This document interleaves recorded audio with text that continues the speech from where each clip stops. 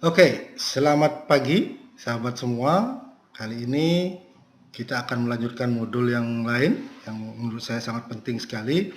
Bagaimana nanti ke depannya kita semua bisa membahasakan MECPA itu, hasil pembacaan MECPA itu dengan mudah, sistematis, dari awal step by step sehingga memudahkan pengguna atau calon pelanggan kita untuk memutuskan segera memulai program yang akan kita tawarkan. Ya, oke, sekarang kita mulai ya.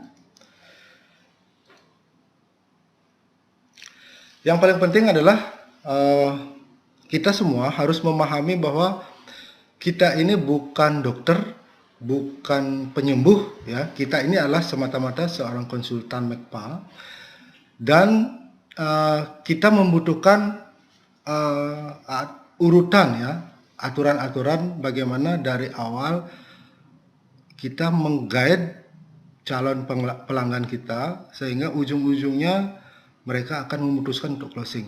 Nah, Bapak Ibu, Anda harus tahu ini namanya sequences, istilahnya urutan-urutan apa yang harus dilakukan dari awal sampai akhir. Yang pertama namanya edifikasi MECPA ya. MECPA itu karena kecil ya, mungil, kita membutuhkan sebuah promosi atau semacam edifikasi mengenai alat ini. Yang paling penting adalah Anda semua, kita semua harus meluangkan waktu untuk memberikan edifikasi ini. Artinya apa? Pegang alatnya sebelum memulai itu dan dapatkan perhatian atau atensi dari klien, karena kadang-kadang kan klien kita itu suka cuek gitu ya, suka mengabaikan karena mereka melihat alatnya kecil dan sebagainya. Jadi kita butuh atensi dari mereka sehingga mereka mau mendengarkan hasilnya nanti ya. Nah, itu yang pertama. Yang kedua, jangan lupa, ini yang paling penting Bapak Ibu, kita harus menggali sebanyak-banyaknya keluhan dengan cara apa? Mengisi kuesioner. Anda sudah tahu, sebelum pengecekan kita harus mengisi daftar isian yang oleh klien itu akan diisi sebanyak-banyaknya mengenai keluhan-keluhannya. Misalnya apa? Misalnya dia sering sakit kepala. Nah, di situ kita tuntun dia, bila perlu ambil alih ya. Nah, setelah dihitung nanti jangan lupa Bapak Ibu berikan footnote istilahnya. Contoh nih, misalnya dalam satu proses ternyata jumlah keluhannya lebih dari 10.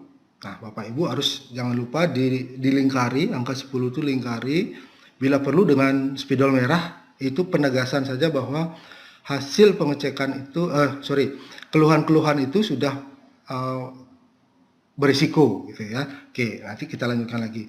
Terus yang nomor berikutnya, nomor 3, penting juga diketahui bahwa selama proses pengecekan itu durasinya 2,5 menit. Jadi penting Bapak Ibu atau Anda semua mengetahui proses selama pengecekan itu apa yang harus dilakukan supaya tidak vakum ya. Oke, berikutnya yang paling penting juga adalah pembacaannya ya, pembacaan sehingga daftar keluhan, jadi keluhan-keluhan yang diisi di dalam kuesioner tadi, itulah yang memegang peranan penting. Nanti kita semua harus bisa memberikan ilustrasi mengapa keluhan itu bisa terjadi. Nah, di situ begitu kita bisa membacakan hasil MECPA dan selalu mengkaitkan dengan kasus-kasus keluhannya, saya yakin kita semua akan mudah mengguide mereka untuk meminta solusi dengan lebih cepat ya. Jadi selalulah tutup dengan solusi detox. Oke, lebih detailnya kita akan pelajari lagi nanti. Nah, yang paling penting Bapak Ibu, kita semua harus tahu kuesioner itu kan beragam, isinya banyak sekali. Nah, contohlah seperti ini ya, dari kegemukan, penderita diabetes, darah tinggi, ini penting kita gali sebanyak-banyaknya. Misalnya, apakah Bapak merokok atau peminum? Contoh nih, kurang olahraga. Cara menanyakannya, Pak, kira-kira seminggu terakhir ini Bapak olahraga atau tidak? Nah, itu salah satu cara untuk menanyakan bahwa kalau seminggu saja dia tidak olahraga, berarti kita akan alokasikan dia kurang olahraga gitu. Oke, terus kurang mengkonsumsi sayuran, sering mengkonsumsi daging dan lain sebagainya. Jadi ini semua adalah daftar-daftar keluhan. Nah, inilah yang nanti kita hitung, ya. Kalau misalnya jumlah keluhannya yang ternyata dia jumlah keluhannya di bawah 4, nah, tapi sekali lagi ya Bapak Ibu, banyak sekali orang yang tidak mau jujur mengatakan keluhannya. It's okay, ya. Kita anggap saja jujur ya, misalnya hasilnya di bawah 4, berarti secara sistematis maka dia memiliki sedikit toksin, status kesehatannya baik. Nah, bagaimana caranya Bapak Ibu menghadapi orang seperti ini? Ya, bagaimana apakah orang seperti ini tidak butuh program? Nah, itu kepiawaian kita untuk memberikan sebuah ilustrasi bahwa justru orang dengan sedikit toksin inilah paling membutuhkan program detox sebenarnya. Supaya apa? Supaya jumlah keluhannya tidak bertambah banyak gitu. Ya. Oke, berikutnya kalau ternyata jumlah keluhannya antara 5 sampai 10 berarti akumulasi toksinnya cukup banyak dan status kesehatannya sudah lampu kuning. Nah, kalau ada seperti ini Bapak Ibu siapkan 3 jenis spidol. Yang pertama spidol hijau, spidol kuning, dan spidol merah. Nah, ini juga hanya semacam penegasan saja, visualisasi bahwa kalau kuning artinya hati-hati, kalau merah artinya bahaya. Itu kan sudah tahu ya, hijau artinya aman. Oke. Nah, seterusnya kalau misalnya jumlah keluhannya sampai lebih dari 11, maka akumulasi racun di dalam tubuhnya sangat tinggi. Nah, justru inilah status kesehatannya sangat buruk. Kalau dalam di sini dijelaskan bahwa inilah dia perlu sekali segera menjalankan program detox gitu. Ya. Oke. Nah, itu menggali keluhan dengan kuesioner. Oke. Nah, setelah itu Bapak Ibu jangan lupa alat ini adalah alat yang sangat kecil. Jadi banyak orang yang tidak tahu kegunaannya, makanya kita perlu memberikan kalimat-kalimat yang bahasa di sini adalah kalimat edifikasi. Contoh nih, Pak, Ibu, alat ini adalah alat yang memang bentuknya kecil, mungil, dia berteknologi Korea. Alat ini sudah dipakai di rumah sakit ternama di Jepang, di Jerman, di Korea, bahkan di Amerika sendiri, di mana alat ini secara lebih awal bisa memberikan deteksi beberapa hal penting yang terjadi di dalam tubuh. Contoh, obesitas indeks. Banyak orang yang tidak tahu berapa tingkat kegemukan orang tersebut. Terus bagaimana kualitas kerja jantungnya, terus bagaimana kualitas pembuluh darahnya, terus bagaimana tipe-tipe sumbatan. Nah, yang paling penting Bapak Ibu di sini alat ini juga bisa memberikan informasi tentang keseimbangan sistem saraf otonom. Nah, ini mungkin kalau di alat cek kesehatan yang lain ini agak susah ditemui. Jadi boleh dibilang ini satu-satunya alat yang bisa memberikan begitu banyak informasi hanya dalam waktu pengecekan 2,5 menit. Nah, ini penting Bapak Ibu. Jadi kalimat edifikasinya Bapak Ibu bisa rancang sendiri, mungkin tidak seperti yang saya sebutkan. Ya, Anda bisa rancang sendiri, simple, mudah, minimal mewakili hal-hal yang dijelaskan di sini. Ya, oke, itu kalimat edifikasi. Nah, berikutnya kita akan memberikan juga ilustrasi bahwa alat ini di Korea ya, ini sudah mendapatkan standar kualitas yang sangat bagus. Terus dari Departemen Kesehatan Korea, ini dari Korean Standard Quality Laboratories, di mana alat ini adalah alat medis yang sangat bagus kualitasnya, gitu ya. Bahkan dari Amerika sendiri ada ISO-nya, sertifikatnya, terus dari FDA sendiri sudah memberikan rekomendasi bahwa alat ini alat yang sangat bagus. Tapi itu kan semua dari luar negeri, kita sendiri di Indonesia nih. Nah, yang paling penting Bapak Ibu, Anda bisa lihat sendiri bahwa alat ini oleh Kementerian Kesehatan disebut sebagai alat kesehatan. Ya, alat kesehatan itu artinya apa? Itu setara dengan alat-alat kesehatan medis yang dipakai oleh para dokter yang lain. Nah, hanya saja karena kita bukan dokter, berarti kita harus menunjukkan ini sebagai ilustrasi bahwa alat ini adalah alat yang sangat layak dipakai untuk pengecekan kesehatan. Ya, oke, ini penting Bapak Ibu ketahui. Oke, berikutnya sebagai pelaku MECPA atau pebisnis MECPA, Bapak Ibu Anda harus menyiapkan diri untuk menambah referensi. Pertama, ada buku-buku wajib yang harus dibaca, yaitu buku Clean, ya. Terus ada Miracle of Enzym, buku katalog produk dari Dr. Roy, ya, itu dokter perusahaan kita. Terus ada brosur detox, ya, buku detox juga ada, terus katalog Proarginine, buku klorofil yang ditulis oleh Dr. Dinawati Limantara, terus VCD klorofil. Nah, ini sangat relevan dengan program kita dan juga dengan solusi-solusi yang bisa kita tawarkan kepada pengguna nanti atau calon klien kita. Nah, terus di dalam pelaksanaan nanti Bapak Ibu, kita juga sudah memiliki CD detox yang ini sangat penting dibaca, dan bagaimana ada 2 jenis CD ya, CD detox dan perbedaannya dengan program detox yang lain. Bapak Ibu bisa dapatkan CD-nya nanti ke sponsornya masing-masing, dan sudah ada juga cara membaca MECPA dalam bentuk MP3. Jadi Bapak Ibu bisa masukkan filenya di dalam handphone atau di dalam gadget Anda, sehingga Anda bisa kapan saja kalau misalnya membutuhkan pengetahuan tinggal diputar lagi ya. Ini penting Bapak Ibu, pastikan Anda melakukan langkah-langkah ini, karena meskipun kita bukan ahli medis, minimal sebagai referensi untuk diri sendiri gitu. Jadi sebagai pengetahuan, mungkin suatu saat saya yakin sangat berguna untuk Anda, kita semua, keluarga kita, dan teman-teman kita yang lain. Oke. Nah, berikutnya ini adalah panduan pemakaian dari MECPA. Nah, MECPA itu semacam istilah di Korea. Nama aslinya sebenarnya adalah U-BioClip versi 70. Jadi alatnya seperti ini ya. Alatnya kecil, mungil, terdiri dari 2 bagian, yaitu kepalanya ini yang ada sensornya. Bapak Ibu bisa lihat nanti di atasnya itu ada 2 sensor, sensor atas dan sensor bawah, gitu ya. Oke, kita akan lanjutkan berikutnya. Nah, Bapak Ibu, di dalam MECPA itu sendiri sudah ada fiturnya. Fitur-fiturnya itu Anda bisa lihat di atasnya itu ada kolom-kolom, tinggal baca saja. Nah, tampilannya seperti ini. Keunggulannya apa saja yang bisa dilakukan, kita bisa melihat di sana. Terus cara penggunaannya nanti akan saya sebutkan. Kenapa harus ditelunjuk dan lain sebagainya. Itu juga ada aturannya ya. Silakan nanti dibaca sendiri. Oke.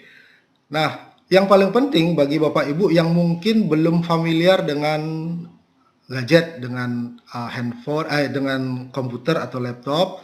Nah, ini caranya sangat mudah sekali, hanya membutuhkan 4 langkah mudah. Yang pertama, Anda kalau di dalam laptopnya itu ada CD-ROM-nya, jadi kita ada CD-nya. Jadi software ini dalam bentuk CD tinggal dimasukkan, nanti akan secara otomatis akan bergerak, dia akan Bapak Ibu hanya membutuhkan 4 kali langkah saja, 4 kali klik, udah langsung jadi gitu ya. Nah, ini alatnya kecil seperti ini ya.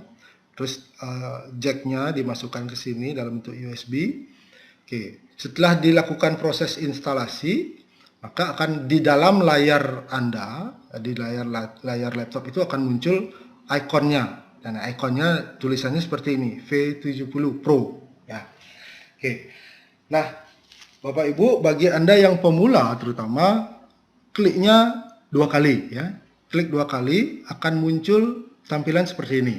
Nah, tampilan ini akan sangat jelas sekali Bapak Ibu. Di atasnya ini ada 3 versi bahasa ya. Pertama bahasa Korea karena sumbernya dari Korea, terus bahasa Inggris dan bahasa Jepang. Artinya apa? Kalau Bapak Ibu punya teman di Korea, di luar negeri, atau di Jepang, ini sangat mudah karena tinggal begitu klik langsung berubah dengan bahasa mereka masing-masing ya. Oke. Setelah terbuka softwarenya, pertama kali yang harus dilakukan adalah cari menu user register. Nah, di sini menu user register ini paling penting. Terus Anda klik sekali aja. Klik sekali. Nah, akan muncul tampilan seperti ini ya. Jadi user registration ini penting Bapak Ibu, karena ini yang akan menjadi indikasi bahwa satu orang dengan orang lain itu datanya akan disimpan dalam bentuk file ya. Oke, pertama pastikan Anda membuka, akan muncul tulisan di sini user ya, user dan birth. Artinya user itu Bapak Ibu harus menuliskan nama ya. Nama, Bapak Ibu tolong perhatikan, nama ini adalah penghargaan atau apresiasi kita kepada pelanggan kita. Kalau Bapak Ibu tahu nama lengkapnya, tulis selengkap-lengkapnya dengan nama atau capital, huruf besar ya. Kenapa huruf besar? Karena nanti hasilnya bisa kita print ya. Bisa kita print, bahkan kita bisa kirim by email nanti.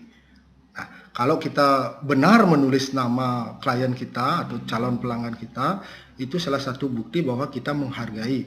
Bila perlu kalau ada title atau pangkat dan lain sebagainya, tulis saja karena itu penghargaan bagi mereka. Oke. Nah, terus berikutnya di bawahnya birth year, tahun lahir, ya. Begitu ditanyakan, Pak, mohon maaf, boleh tahu tahun lahirnya? Nah, secara otomatis orang atau pelanggan kita itu akan menyebut tanggal, bulan, tahun. Nah, pastikan Bapak Ibu mencatat itu menjadi footnote, ya, catatan khusus, karena ini penting Bapak Ibu di dalam daftar nama kita itu tambahkan bahwa tanggal lahir dari klien kita ini misalnya tanggal 1 bulan 3 tahun 70 gitu misalnya. Yang kita butuhkan memang tahun 70-nya saja. Tapi data-data itu adalah referensi bagi kita, siapa tahu bulan depan dia ulang tahun, ya kita bisa ucapkan selamat ulang tahun dan lain sebagainya, ya. Oke, itu penghargaan juga.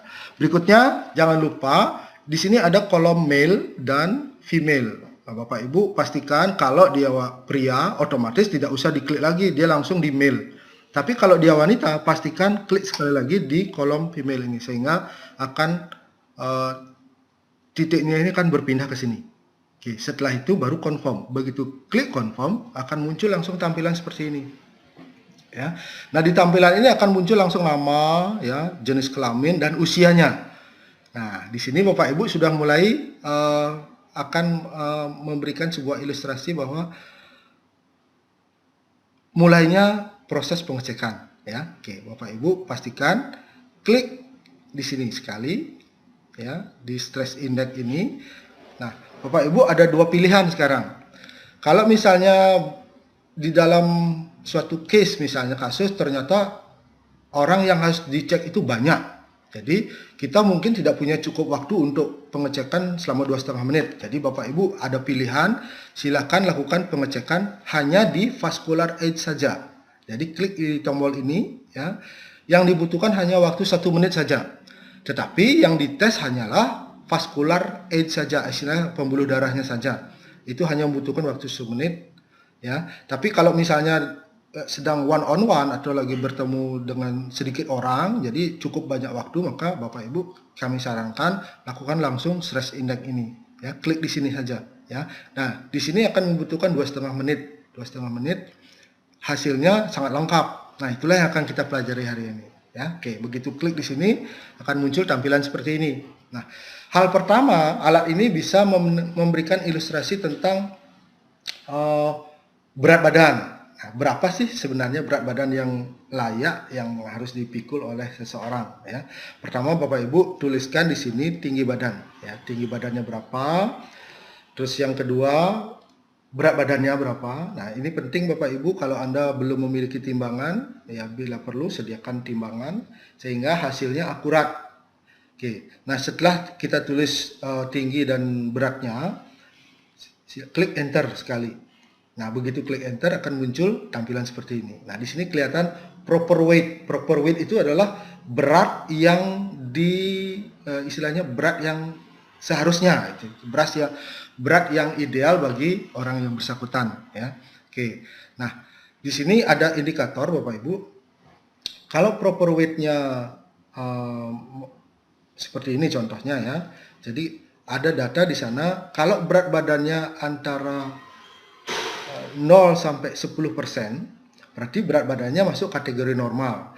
Artinya apa? Secara berat badan yang berhubungan dengan kesehatan, posisi mereka itu dalam kondisi normal. Belum banyak terdapat hal-hal yang bisa mengganggu elemen-elemen sehat lainnya.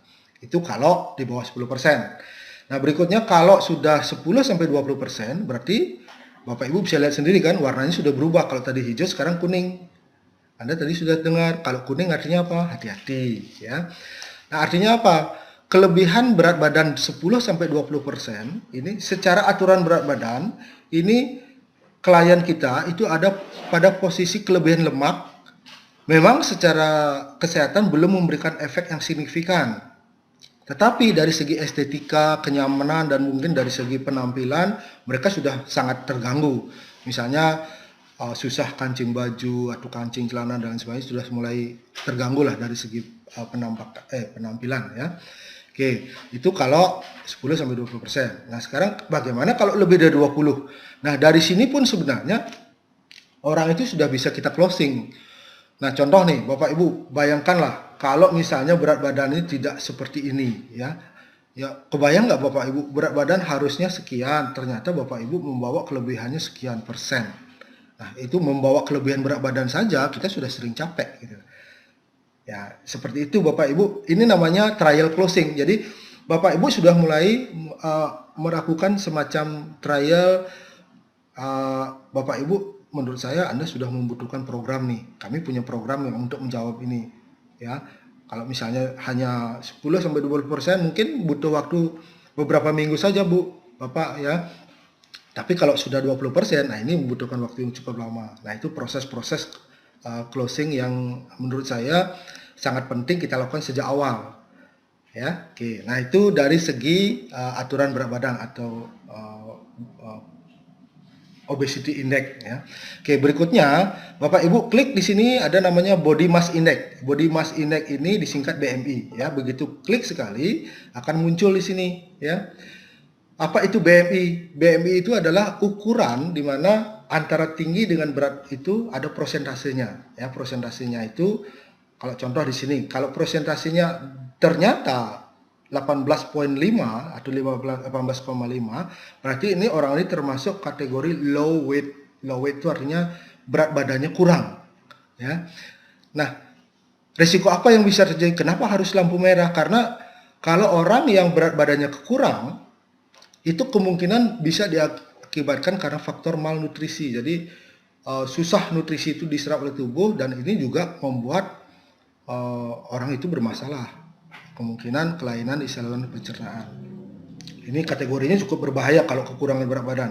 Nah, yang disebut normal itu adalah yang angkanya 18,5 sampai 24,9. Ini kategori normal. Artinya apa? Dari segi aturan berat badan, ya, klien kita atau pelanggan kita ini kondisinya sangat baik dan aman, ya. Angkanya jangan sampai lebih dari 24,9. Nah, kalau sudah 25 ke atas sampai di bawah 30, 29,9, ini termasuk kategori overweight. Nah, kalau overweight ini dalam hitungan berat badan sudah berlebihan, yang ini sudah bisa berisiko lebih tinggi terhadap penyakit-penyakit yang berhubungan dengan sirkulasi darah, ya. Ini otomatis karena korelasinya sangat kental, ya, antara sirkulasi dengan lemak-lemak yang bertebaran yang terakumulasi dalam tubuh, ya. Nah, apalagi kalau sudah angkanya di atas 30,0, nah ini sudah termasuk kategori berbahaya karena sudah termasuk obesity, ya. Nah, kalau angkanya 30 sampai di bawah 40, obesity-nya biasa, tapi kalau sudah di atas 40 itu sudah berat sekali dan itu sudah sangat membutuhkan program kita. Ya, dari sini kita sudah bisa closing sebenarnya. Kita tawarkan, tapi jangan khawatir Pak, kami punya program seperti itu. Ya, sebutkan saja seperti itu. Oke. Nah, Bapak Ibu perhatikan, ya. Selama proses pengecekan nanti, kita membutuhkan durasi 2,5 menit dan ini cukup lama. Ya, perhatikan sebelum proses, ya, perhatikan temperatur ruangan karena kalau suhu udara terlalu dingin, kadang-kadang kita tidak dapat sinyalnya, ya. Terus posisinya usahakan rileks, ya. Nah, terus kalau dia memakai cat kuku, nah Bapak Ibu perhatikan kita harus meremove cat kukunya. Bagi Bapak Ibu yang memang serius belajar ini, persiapkan juga aseton, ya, aseton untuk membersihkan terutama di bagian kuku jari telunjuknya saja, ya. Tanya juga apakah mereka dalam kondisi habis makan berat atau tidak, ya. Oke. Nah, Bapak Ibu, pada saat pengecekan penting sekali Bapak Ibu memberikan sebuah arahan di mana klien kita, contoh misalnya ada klien yang memakai jam tangan, ya, tolong perhatikan bahasa di sini. Karena banyak orang yang tidak suka diperintah. Contoh nih, Pak, mohon kerjasamanya ya, kita supaya hasilnya bagus, tolong jam tangannya Bapak lepas, atau mungkin dia pakai cincin, ya, terutama yang di tangan kiri, ya. Tapi lakukan dengan baik dan sopan, supaya kesannya kita tidak memerintah dan orang merasa nyaman, gitu, ya. Oke, posisi tangan juga penting, ya. Posisi tangan kalau bisa tidak terlentang, ya, posisi tangannya nanti kita tumpuk ya, nanti akan kelihatan di belakang nanti ya. Oke, yang paling penting adalah selama proses 2,5 menit ini supaya tidak sepi dan vakum, maka Bapak Ibu perhatikan hal-hal penting. Ini kecil, sepele kelihatan, tapi hal ini penting sekali ya. Perhatikan pertama kali adalah sinyal level ya. Kalau sinyal level ternyata di bawah 4%, maka data tidak akan disimpan ya. Akan muncul di tengah jalan, akan muncul data to short. Nah, kalau Bapak Ibu tidak perhatikan hal kecil seperti ini, nanti terlihat sekali kita ini tidak profesional ya. Nah, kalau ternyata sinyal levelnya di bawah 4%, maka Bapak Ibu pertama kali yang harus dilakukan adalah ambil alatnya, geser-geser. Barangkali tidak tepat antara sensornya dengan pembuluh darah tepinya. Yang paling penting adalah pembuluh darah yang ada di perbatasan antara kuku dengan kulit. Itu namanya peripheral vessel, jadi pembuluh darah tepi. Ya, disitulah yang akan ditembak sinyalnya oleh sensor itu dari atas ke bawah. Oke, pastikan begitu sudah mencapai di atas 6%, pastikan stop dulu, baru diulangi lagi. Ya, jangan dibiarkan terus-menerus, nanti kelihatan seperti orang tidak profesional. Ya, oke. Nah, setelah di atas 6%, itu akan muncul variabel-variabel yang penting sekali nanti kita sebutkan ya. Nah, selama proses itu penting juga supaya tidak vakum, supaya tidak bengong gitu ya. Apa yang harus dilakukan? Pertama, Bapak Ibu baca lagi kuesionernya yang tadi sudah diisi itu. Kuesioner itu penting, dan ingat-ingat daftar keluhannya yang paling signifikan yang mana. Misalnya sering kesemutan, sering sakit kepala dan lain sebagainya, itu penting ya, itu. Nah, berikutnya selama proses pengecekan, Bapak Ibu harus lakukan edifikasi ulang ya. Kalau di awal tadi mungkin sudah diedifikasi pada saat mencari perhatian itu, sekarang diedifikasi lagi. Manfaatkanlah waktu 2,5 menit itu supaya tidak vakum ya. Oke. Nah, pada saat pengecekan berikan penjelasan singkat tentang mekanisme kerja alat ini ya. Kenapa ini, artinya apa dan lain sebagainya, itu dijelaskan. Nah, yang paling penting adalah buat suasana yang tidak kaku dan tidak tegang sehingga klien itu tidak meresponnya dengan tegang. Kenapa? Karena semakin tegang pelanggan itu atau pengguna itu, hasilnya akan buruk. Memang dari segi bisnis semakin buruk hasilnya, semakin bagus bagi kita karena orang itu takut kan. Tapi kan bukan itu maksudnya. Kita tidak bermaksud menakut-nakuti, supaya hasil itu adalah akurat sesuai dengan yang sebenarnya. Itu loh. Jadi kita ini harus berbisnis dengan hati nurani, dengan benar ya. Bukan maksudnya nakut-nakuti. Oke, setelah semua persiapan selesai dengan baik, maka kita ajaklah calon pengguna itu bersama-sama mulai ya. Pastikan ya setelah diisi tadi ya semua. Ini ada tombol seperti tanda play ini ya. Tapi pastikan mengajak, Pak, kita mulai ya. Begitu saat klik nanti tanda start ini, Bapak mohon mulai ya. Selama 2,5 menit ke depan mohon tidak berbicara, tidak banyak bergerak. Pokoknya Bapak santai saja. Saya akan jelaskan apa maksudnya semuanya, tapi Bapak mohon tidak menjawab ya. Kalau mengganggu boleh, menggeleng juga boleh ya. Asal jangan menguap, jangan tertawa, jangan batuk dan usahakanlah selama 2,5 menit itu. Oke. Sekarang setelah dicoba, klik start. Nah, ini tanda start ini diklik sekali saja. Nah, akan muncul seperti ini ya. Langsung ini dari yang paling atas ini namanya pulse wave. Jadi pulse wave ini akan mengalun seperti dengan irama jantungnya dia. Nah, pulse wave itu namanya irama jantung.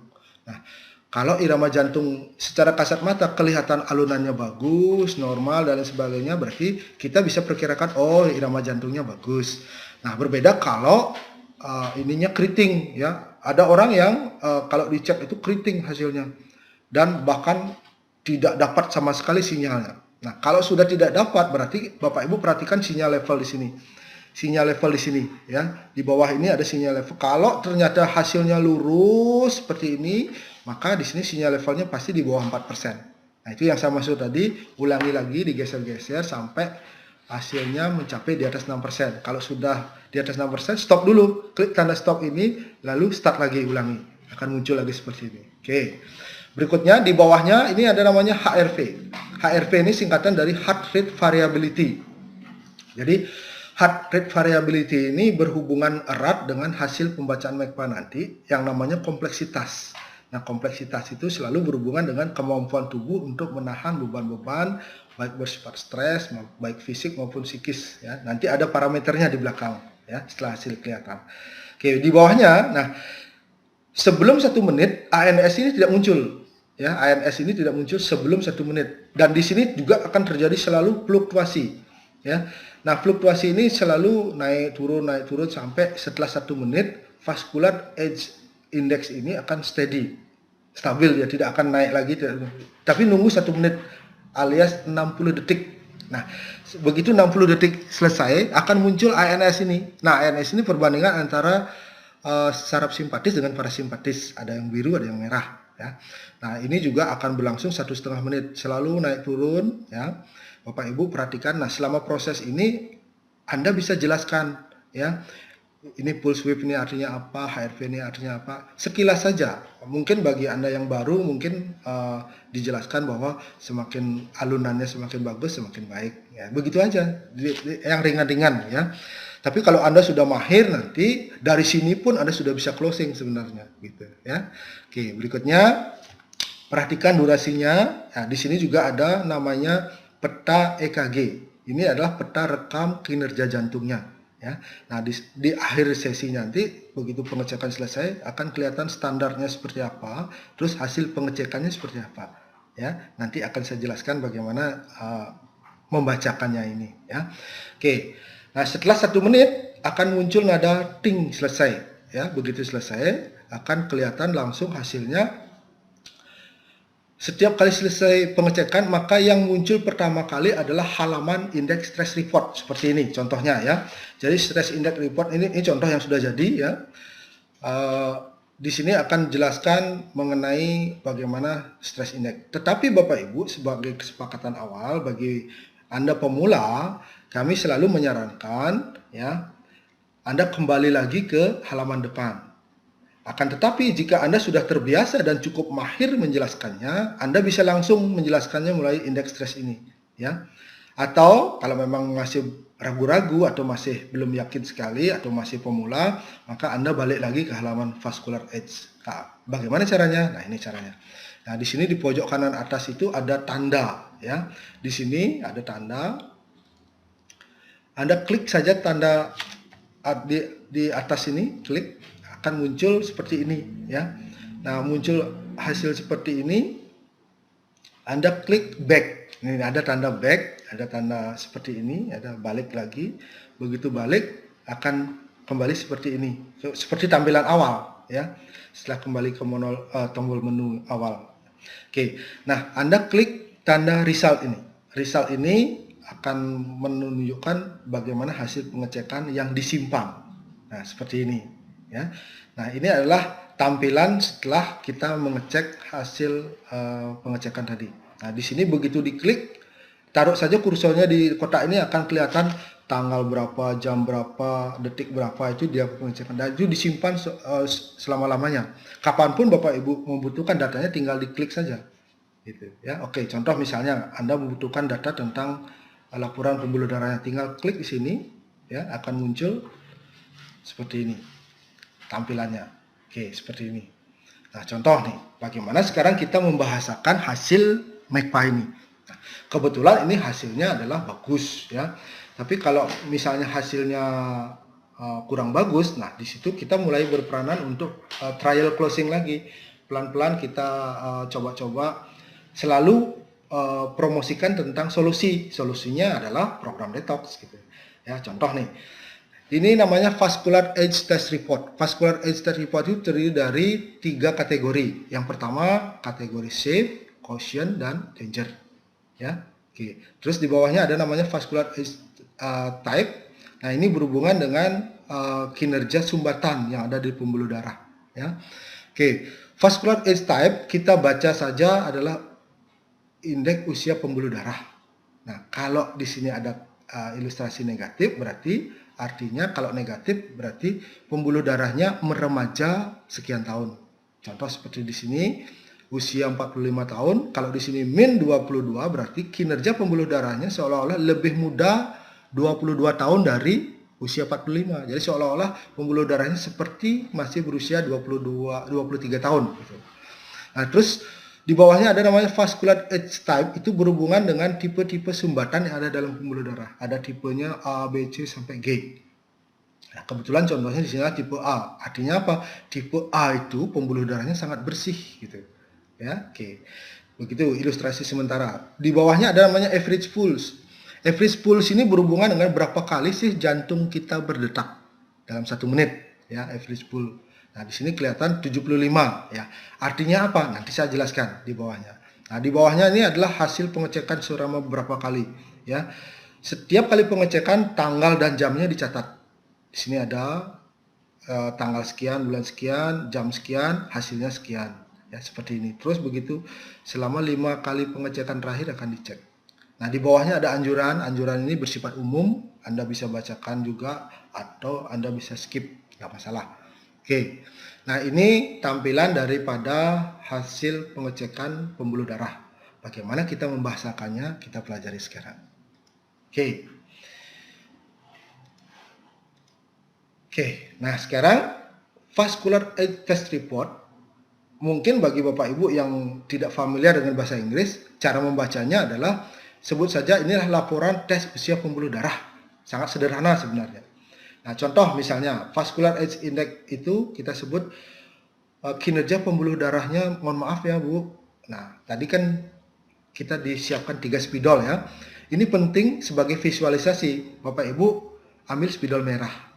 Jadi tunjuk laptopnya, Pak, Bu, mohon maaf ya, saya terpaksa pakai spidol merah. Ini penting ya, tunjuk lingkar ini. Ini Bapak Ibu tahu kan artinya danger ya. Supaya bukan kita yang mengatakan bahaya, oh kalau merah itu artinya bahaya. Berarti klien kita lah yang menyebutkan posisi dirinya itu bahaya. Karena kalau kesannya kita yang menyebut bahaya, nanti dia kesannya menakut-nakuti gitu ya. Oke. Terus kalau dia ada di caution ini artinya butuh perhatian serius. Kalau bahaya, sudah berbahaya, butuh solusi segera malah. Oke, nah terus kalau di safe berarti orangnya dalam kondisi yang aman atau sehat. Tuh. Jadi 3 kategori pembuluh darah itu safe, caution, dan danger menunjukkan kualitas daripada pembuluh darah secara umum. Nah, dilihat dari 2 hal yaitu kelenturannya dan juga bagaimana pembuluh darah itu mendapat nutrisi dari darah sekitarnya. Jadi itu penting ya, Bapak Ibu harus baca berulang-ulang ya. Di poin ini kita bisa lihat apakah kualitas pembuluh darah pengguna atau klien itu mengalami penuaan atau peremajaan ya. Yang disebut dengan yang aman itu kategorinya min 30 sampai positif 5 atau plus 5 ya, itu kondisinya safe, masih aman ya. Tapi kalau sudah positif 6 atau plus 6 sampai plus 20 itu dalam kondisi hati-hati atau waspada atau butuh perhatian serius.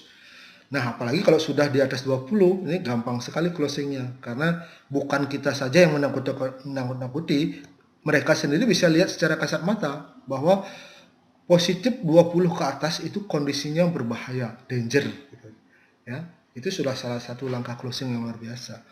Nah, misalnya Bapak Ibu ada kategori kelompok orang yang pasnya 33. Jadi, cara membahasakannya gimana?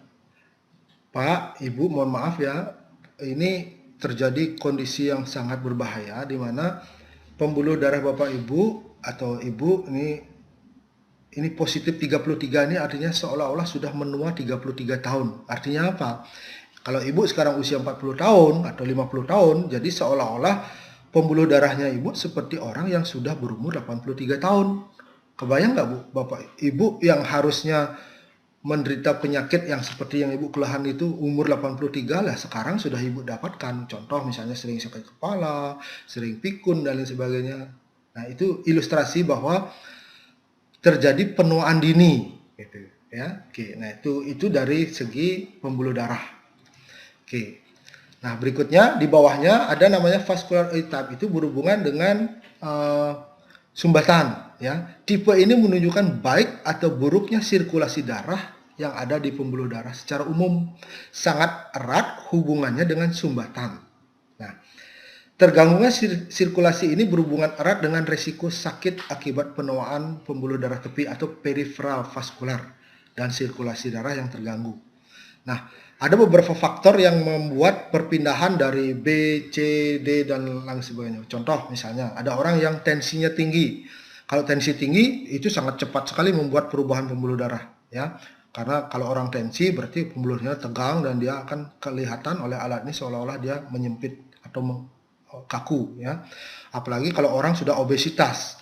Obesitas pembuluh darahnya kegencet oleh lemak, otomatis dia terlihat bisa jadi menjadi tipe E dan lain sebagainya. Nah, terutama orang yang memiliki diabetes. Diabetes itu kekentalan darahnya sangat tinggi sehingga itu akan membuat alat ini membaca dengan sangat jelas, misalnya sampai di E, sampai di F dan lain sebagainya. Begitu juga dengan plak atau kotoran-kotoran yang mengendap di dalam saluran pembuluh darah dan kolesterol. Nah, kolesterol itu sangat nyata banyak menempel di dinding-dinding pembuluh darah. Kalau itu dibiarkan bisa beresiko yang fatal di kemudian hari, ya. Nah, ini penting Bapak Ibu sebut sebagai ilustrasi bahwa jangan sampai orang itu membiarkan kondisinya seperti itu. Jadi jangan biarkan kondisinya dalam posisi yang berbahaya, ya. Apalagi kalau contoh seperti ini sudah tipe E, kebayang nggak sebagian besar pembuluh darahnya sudah tersumbat, gitu, ya. Nah, kalau ilustrasinya secara umum, kalau tipe A itu artinya pembuluh darahnya bersih, hampir tidak ada sumbatan, sirkulasinya sangat lancar. Biasanya dimiliki oleh orang atau anak yang berumur 20 tahun ke bawah. Jadi pembuluh darahnya sangat bersih, ya. Ini clear. Ini. Nah, kalau sudah tipe B ini biasanya usianya 30 sampai 50 tahun. Memang tipe A dan tipe B ini masih aman, tapi di tipe B ini sudah mulai ada gangguan sirkulasi karena sudah mungkin sering kesemutan atau sering sakit kepala dan sebagainya. Sudah mulai ada gangguan lah, ya. Oke. Nah, dibandingkan dengan tipe B dan tipe A, kalau tipe C seperti ini sudah berbeda. Sirkulasi sudah mulai sangat terganggu karena sumbatannya sudah mulai menebal. Biasanya usianya 40 sampai 50 tahun. Nah, bagaimana kalau ada orang atau anak yang usianya 20 tahun ternyata tipenya pembuluhnya sudah C. Nah, itu tandanya bahwa orang itu atau anak itu sudah mengalami penuaan pembuluh darah 20 tahun contohnya, ya. Anda bisa hitung sendiri, ya. Apalagi kalau sudah tipe D. Sudah tipe D ini sudah sangat buruk karena penebalannya sudah menaun. Biasanya usianya 50 sampai 60 tahun. Nah, ini erat sekali hubungannya dengan sirkulasi yang buruk, sering lupa, nih kalau di sini forgetfulness, dan sering heavy head. Heavy head ini istilahnya apa? Kepalanya sering terasa berat, padahal tidak pakai topi seperti kelihatan ada yang menekan itu kepalanya. Itu sering terjadi, ya, banyak kasus yang seperti itu. Nah, kalau tipe E ini sudah lampu merah nih, sudah sirkulasi sangat buruk karena penyumbatan sudah hampir setengah dari pembuluh darah itu sendiri. Biasanya usia 60 sampai 70 tahun. Nah, ini sangat erat hubungannya dengan penyakit penuaan, ya, misalnya darah tinggi, terus kolesterol tinggi dan lain sebagainya. Ini sudah sangat berbahaya. Nah, kalau Bapak Ibu menemukan orang seperti ini, kalau boleh saya saran, langsung bagaimanapun caranya, usahakan sedapat mungkin orang ini langsung mengambil program detox kita. Nah, caranya gimana? Pak, mohon maaf ya, kondisinya Bapak ini saat ini sangat berbahaya. Tapi jangan khawatir, kami punya program untuk itu yang bisa mengembalikan posisi seperti ini, ya minimal kepada kondisi yang lebih aman, gitu ya. Oke. Nah, kalau sudah tipe F dan tipe G, Bapak Ibu perhatikan kalau yang sudah seperti ini, bila perlu dipaksa, ya, paksa mengikuti salah satu program kita. Program kita kan banyak nih, ada yang clean detox, ada yang premium, ada yang one day detox dan sebagainya. Minimal ada upaya untuk segera, jangan membiarkan kondisi ini dalam kondisi berbahaya terus menerus. Kita tidak tahu pemicunya atau triggernya itu, kadang-kadang orang kaget aja bisa meninggal. Karena apa? Kebayang nggak Bapak Ibu kalau pembuluh darahnya sudah tersumbat seperti ini, aliran darah mungkin cuma menetes saja bisa lewat. Nah, kebayang kalau orang dalam kondisi pembuluh darah seperti ini, dia kaget. Begitu kaget, jantungnya itu memompa sangat cepat. Nah, kalau kecepatan pompaan darah itu menjadi sedemikian dahsyat, dan ini tidak kuat menahan, bisa-bisa pembuluh darahnya bisa pecah. Ya, kalau pecahnya di otak, namanya apa? Stroke. Kalau pecahnya di jantung, bisa jantung koroner. Kalau pecahnya di pankreas, itu penyebab kencing manis. Kalau pecahnya di ginjal, menjadi masalah di ginjal, dan banyak hal. Nah, itu bisa terjadi di mana saja, Bapak Ibu. Pembuluh darah kita, kalau disambung-sambung, itu menurut para ahli, dikatakan panjangnya itu bisa mengelilingi 2 kali bumi. Kalau bumi saja panjang diameternya itu 42.000 kilometer, berarti panjang pembuluh darah orang normal itu sampai 120.000 kilometer panjangnya. Kebayang nggak Bapak Ibu? Kita nggak tahu sumbatannya di mana. Kadang-kadang banyak orang yang tidak sadar punya pembuluh darah, kecuali setelah dia kesemutan, setelah sering sakit kepala, sering kenyut-kenyut dan lain sebagainya, baru mereka sadar mereka punya pembuluh darah. Yang selama ini mereka abaikan gitu loh. Padahal sebenarnya Tuhan menciptakan pembuluh darah ini harusnya bersih, dan kita sebagai pemilik tubuh harusnya selalu menjaga supaya tetap bersih gitu. Tapi kenyataannya banyak sekali orang yang menyepelekan terutama kesehatan pembuluh darah. Oke. Sekali lagi Bapak Ibu, perhatikan bahasa ya. Bahasa ini menunjukkan bahwa kita itu peduli sama orang, jangan sampai memvonis ya. Sekali lagi kita bukan dokter, bukan penyembuh. Ya, kita ini adalah konsultan ya. Kita memberikan ilustrasi bahwa Pak, Anda dalam kondisi yang berbahaya. Kalau bisa segera ambil langkah bagaimana caranya supaya tidak berbahaya lagi. Begitu saja, lebih mudah kan, lebih menarik. Oke, nah program yang kita tawarkan namanya Holistic Anti-Aging. Bagaimana pembuluh darah yang tersumbat, yang menua, itu kita bisa balikkan lagi menjadi kondisi bila perlu sampai minus. Ya, Bapak Ibu, bagi Anda bisa tanya sendiri kepada teman-teman yang sudah melakukan program. Itu banyak sekali kesaksian yang awalnya positifnya misalnya 13, dalam hitungan beberapa minggu bisa balik menjadi minus. Nah, itu tanda bahwa program kita sangat efektif, cepat, dan bisa diandalkan. Ya, bahkan kalau saya berani garansi karena kita punya produk dan program yang sangat efektif untuk itu. Oke. Nah, di bawahnya ada lagi namanya average pulse. Average pulse itu adalah detak jantung rata-rata dalam 1 menit. Bapak Ibu, sebagai ilustrasi, jantung kita itulah otot yang paling kuat. Tidak ada di dalam sejarah otot yang lebih kuat daripada jantung kita. Sebagai ilustrasi Bapak Ibu, kalau saja detak jantung kita normal, ya, yang dikategorikan normal itu antara 60 sampai 100. Di luar itu sudah tidak normal, ya. Ya, saya tidak menyebutnya sehat ya. Di antara normal ini ada kategori juga. Kalau antara 60 sampai 70 itulah yang excellent, sempurna, idealnya seperti itu. Ya, kalau 70 sampai 80 ini terlihat agak tinggi, ya. Biasanya kalau para atlet, orang yang pengopi berat, perokok berat biasanya antara 70 sampai 80. Ya. Nah, kalau antara 80 sampai 100 ini sudah kategorinya tinggi. Ya. Tinggi ini bisa jadi karena mungkin dia habis olahraga atau habis naik tangga dan lain sebagainya. Kita juga perlu menanyakan itu, ya. Tapi kalau dalam kondisi pengecekan dia santai, pada saat pengecekan kita dalam kondisi santai nih, relax, selama 2,5 menit relax. Kalau ada orang yang denyut jantungnya 80 ke atas, kan seolah-olah jantung itu habis berlari atau habis naik tangga, padahal dia dalam kondisi steady, diam. Nah, caranya menanyakan, Pak, mohon maaf ya, seharusnya sih denyut nadinya ini adalah antara 60 sampai 70. Tapi kalau kenyataannya Anda 80 ke atas, berarti seolah-olah Bapak Ibu ini sedang berlari. Kebayang nggak Bapak Ibu diam, tapi jantungnya berdetak seperti orang berlari. Nah, itulah yang memboroskan energi tanpa kita sadari. Nah, tadi Bapak Ibu kan, kita bisa tanya, kita bisa gali dari kuesioner kan, dia misalnya cepat lelah, ya. Padahal dia tidak ngapa-ngapain. Kebayang nggak Bapak Ibu, jantung itu memompa luar biasa, butuh tenaga yang sangat besar, ya. Kebayang nggak, kalau misalnya 70 kali saja, jantung kita berdetak ideal 70 kali. Dalam 1 jam, berarti kan kali 60 kali 60. Dalam 1 hari jantung sehat itu berdetak 100.800 kali. Bapak Ibu bisa ambil kalkulator nanti. Ya, kalau detak jantungnya 70 dalam 1 hari ternyata jantung itu berdetak 100.800 kali. Kebayang nggak Bapak Ibu? Nah, itulah pentingnya Bapak Ibu mulai harus peduli, harus care kepada jantung. Ya, jantung itu organ tunggal yang paling mahal, ya. Nggak ada yang jual, spare partnya mahal sekali, ya. Nah, detak jantung itu selalu erat hubungannya dengan sistem kelistrikan yang ada di jantung. Bapak Ibu, jantung kita itu seperti generator tubuh kita, ya. Kebayang nggak kalau jantung kita itu bermasalah, semua akan menjadi masalah. Nah, generator itu akan menyambungkan listrik ke seluruh tubuh kita, ya. Bapak Ibu, banyak sekali orang yang contoh nih, ada orang yang kaget, ya. Begitu kaget kan jantungnya langsung berdetak lebih cepat, ya. sistem kelistrikannya pun juga akan semakin cepat. Nah, ada orang juga yang bermasalah di sini, ya.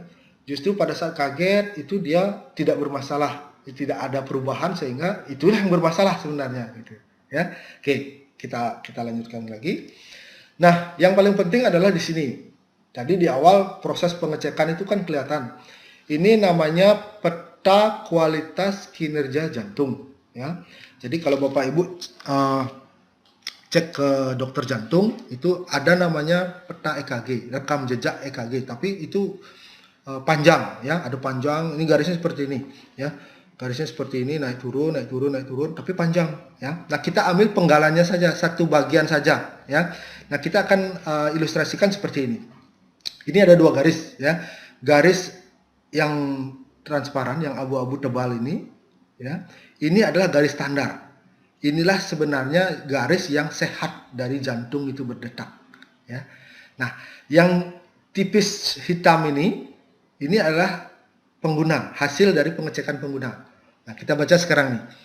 Dari atas ke bawah, dari A ke B, itu adalah kekuatan kontraksi otot jantung ketika memompa dan mengembang. Itu. Jadi kontraksi itu berhubungan dengan kuat atau tidaknya pompa itu mengembang atau menarik darah, ya.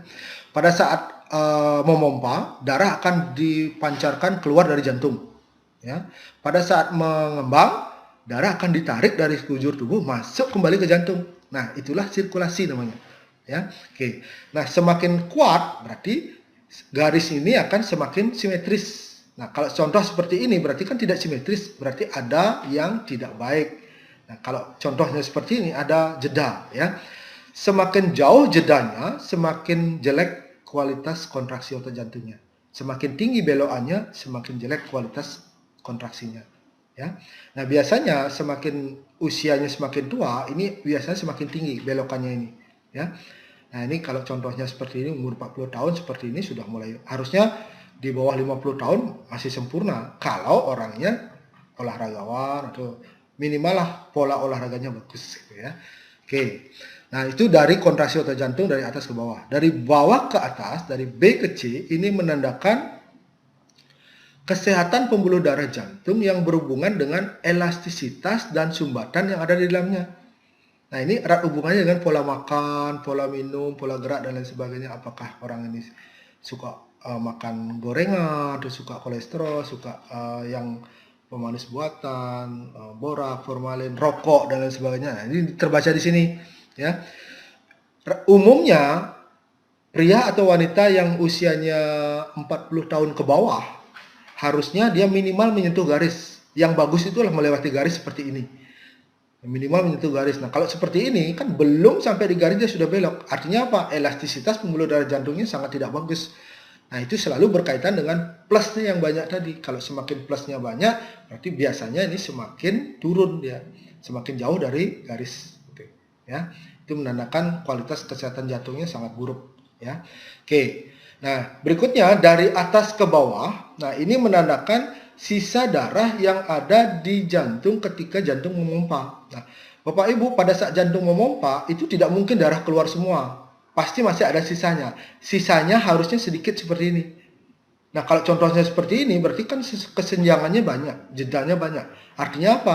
Sisa darah yang tersisa di bilik jantung pada saat jantung memompa, itu masih sangat banyak. Selisihnya banyak. Nah, itu disebabkan kenapa? Karena pompanya kurang kuat, sehingga dia tidak mampu melontarkan darah lebih banyak. Jadi lebih banyak yang tergenang. Nah, kebayang nggak Bapak Ibu? Kalau ilustrasi saya biasanya kalau bak mandi, ya, bak mandi Anda di kamar mandi misalnya tidak dikuras selama seminggu aja. Kan di bilik-bilik bak itu ada kera, ada lumut, semua kotoran. Kalau di jantung itu borak, formalin, nikotin itu mengendap di bilik-bilik jantung dia. Dia akan semakin membebani jantung gitu loh. Ya, kebayang nggak Bapak Ibu? Ya, ilustrasi seperti itulah. Jantung itu organ yang paling penting, paling vital. Perhatikan kesehatannya mulai sekarang, ya. Oke. Nah, ini biasanya di sini kita paling mudah closing. Apalagi kalau orang dicek hasilnya sudah seperti huruf W. Ya, semakin jelas huruf W-nya semakin berbahaya karena menunjukkan bahwa kualitas kerja jantungnya sangat buruk, ya. Biasanya di sininya tinggi, bawahnya yang biasanya umurnya sudah 70-80 tahun. Tapi kalau ada orang yang di 40 tahun kondisi jantungnya sudah seperti itu, ya Bapak Ibu bisa tidak perlu menakut-nakuti, orang itu sudah takut sendiri gitu. Ya, itu penting ya. Sekali lagi, inilah pentingnya Bapak Ibu kita belajar membahasakan MACPA itu. Nah, hasil ini selalu kita korelasikan dengan kuesioner. Sering jantung berdebar, sering sesak dan lain sebagainya, kita bisa baca dari sini. Nah, penting sekali Bapak Ibu, kita selalu mengkait-kaitkan hasil pembacaan MACPA itu dengan keluhan yang ada di kuesioner. Nah, kadang-kadang sampai di sini orang sudah mulai nanya, terus solusinya bagaimana Pak? Nah, kan kalau orang sudah bertanya seperti itu, Bapak Ibu langsung tutup laptopnya. Karena orang sudah minta solusi kan, nggak perlu dilanjutkan lagi. Langsung buka buku detoxnya, langsung jelaskan tentang detox. Ya. Nah, ini sebagai ilustrasi Bapak Ibu, banyak teman-teman kita yang baru belajar membaca MACPA ini ingin menjelaskan semuanya full. Menurut saya itu nggak perlu. Yang perlu adalah memberikan ilustrasi kenapa seseorang itu memiliki keluhan yang ada di kuesioner. Anda tunjukkan saja, oh Pak, sering kesemutannya karena ini. Sering jantung berdebar karena ini. Sering sesak nafas karena ini. Begitu orang menanyakan solusi, sudah closing itu namanya. Sudah nggak perlu dilanjutkan lagi. Bapak Ibu sudah melakukan tugas dengan benar gitu. Langsung tutup laptop, buka buku detoxnya atau brosur atau jelaskan tentang dengan flip chart. Kita ada flip chart yang bagus sekali. Selesai sudah ya, tinggal nanti kapan closingnya sudah selesai. Nah, jelas ya, itu mengenai kinerja pembuluh darah dan jantung. Sekali lagi, jantung adalah organ tunggal yang sangat penting dan paling vital. Ya, sekali lagi Bapak Ibu, penting sekali kita mengkampanyekan heart healthy, istilahnya kampanye jantung sehat. Sekali lagi ya, kita punya program yang memang secara dramatis bisa memperbaiki kinerja jantung. Dan itu tidak dimiliki oleh perusahaan lain. Nah, itu sebagai adding value dan nilai tambah yang sangat luar biasa bagi kita sebagai pebisnis MACPA dan detox ya. Oke. Nah, itu dari segi vascular age index. Sekarang bagaimana kita membacakan tentang indeks stres. Nah, sebagai ilustrasi Bapak Ibu, apakah Anda stres? Nah, ini sering sekali banyak orang yang takut dikatakan stres atau mungkin tersinggung dikatakan stres. Ya, stres itu ada beberapa hal. Ya, pertama ada jenisnya, ada dua. Ya, stres itu bersifat fisik dan yang kedua bersifat psikis.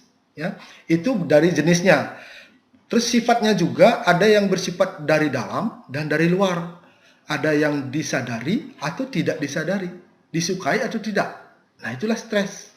Ya, contoh nih sekarang, mau kerja sakit perut, stres nggak? Stres. Sudah itu, sudah ikut program ini, program itu, ternyata timbangannya nggak turun-turun juga, stres nggak? Stres.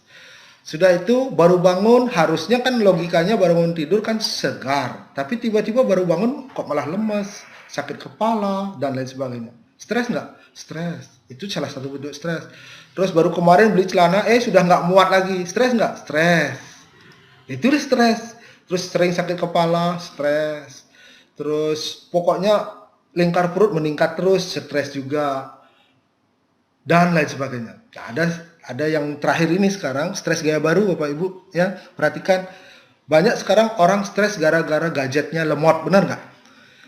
BBM pending, stres. Macet di jalan, stres. Jaringan lemot, misalnya sudah kirim BBM, nggak deliver dan sebagainya, itu stres. Itu namanya stres gaya baru. Dan secara aklamasi itu harus diakui bahwa itu adalah stres yang terjadi sehari-hari. Ya, Bapak Ibu harus tahu. Stres itu apa? Stres itu adalah sesuatu hal yang sulit dimengerti, ya. Stres, kalau kita baca di jurnal-jurnal kesehatan, dikatakan bahwa stres itu adalah kekacauan atau ketidakseimbangan emosional yang menyebabkan orang menderita. Ya, hal ini juga menurunkan kesehatan fisik kita hingga ke level drastis. Hanya saja banyak orang yang tidak sadar bahwa mereka ada dalam area stres. Oh, sudah biasa begini, gitu kan, biasanya sering begitu. Sudah kebiasaan. Sikapnya, tanda-tanda bahwa kita sedang berada dalam area stres mungkin sulit dikenali karena menjadi bagian yang akrab dan selalu terjadi setiap hari. Ya, oke. Bapak Ibu perhatikan juga bahwa indeks stres ini menunjukkan tingkat kemampuan individual secara psikologis bagaimana dia bertoleransi menghadapi tekanan-tekanan dalam pikiran, baik tadi ya bersifat fisik maupun psikis, juga terhadap hal-hal yang terjadi setiap hari yang berbeda dengan harapannya atau harapan kita ya. Stress index juga menentukan ada atau tidaknya, kuat atau tidaknya pengaruh dampak lain ke dalam tubuh kita. Ya, oke. Terus seberapa berat beban yang dipikul tubuh dari sakit, terus ada toksin-toksin yang terakumulasi dan juga berat badan itu sendiri. Ya, nah itulah stres. Sekali lagi, Bapak Ibu, jangan pernah menyebutkan bahasa stres itu dengan vulgar. Jadi penting sekali disebutkan di awal, Pak, mohon maaf, karena kan begitu muncul hasilnya kan muncul stress index. Bapak Ibu harus redam ketakutan mereka, Pak, mohon maaf ya, stres yang dimaksud ini mungkin bukan stres yang seperti orang sebut kebanyakan ya. Baru jelaskan tentang ini ya. Oke, kita belajar tentang stres sekarang. Stress index itu diwakili dengan angka ya. Angka-angka itu ada angka 25, 25 sampai 35, 35 45, 45 60 dan 60 ke atas ya. Nah, di sini ada indikator warna. Kalau hijau berarti aman, kalau kuning ya hati-hati, kalau merah bahaya. Kan sudah tahu kan? Penting Bapak Ibu tunjukkan dengan spidol ya. Kalau dia sudah di merah, ambil spidol merahnya dengan mohon maaf ya Pak, saya terpaksa pakai spidol merah lagi. Artinya apa? Berbahaya. Oke. Nah, terus kalau ada yang nanya, biasanya ada yang nanya, terus yang normalnya berapa, Pak? Nah, kalau mau sebut ya ini, Pak. Tunjukkan bahwa yang disebut normal itu adalah 25 ke bawah. Nah, kalau ternyata angka dia 60, orang langsung kaget, waduh, tinggi sekali. Nah, itu dia, Bu. Pak, nah inilah pentingnya Anda mengetahui indeks stres pribadi Anda. Banyak orang yang tidak tahu dirinya stres, tiba-tiba sakitnya berkepanjangan gara-gara dia membiarkan dirinya stres.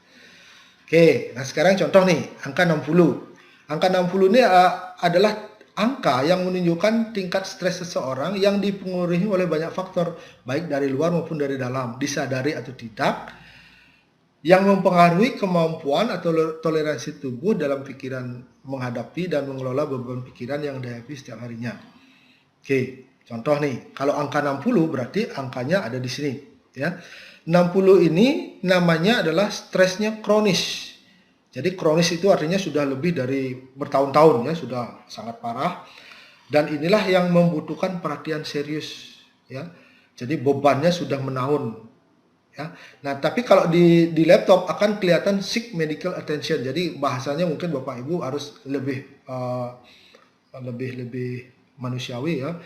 Disebut aja bahwa Pak, Bu, mohon maaf ya, angkanya sangat tinggi. Kalau saya boleh saran, Bapak Ibu harus mulai lebih peduli lah dengan kesehatan. Jadi lebih manis bahasanya. Kalau disebut Bapak harus berobat seperti ini, kesannya kita prejudge, ya, memvonis, jangan ya. Oke. Nah, kalau ada orang yang angkanya 25 ke bawah, langsung berikan apresiasi. Wah, luar biasa, saya jarang sekali menemukan orang yang seperti Anda ya. Anda jarang stres, susah stres, dan orangnya easy going. Gitu. Oke, kalau 25 sampai 35 stresnya sesaat, artinya apa? Karena suatu kondisi yang sesaat orang itu mengalami beban yang cukup besar gitu ya, itu. Tapi mungkin hanya sesaat saja, setelah itu hilang ya. Itu angkanya 25 sampai 35. Kalau angkanya 35 sampai 45 ini disebut awal-awal stres.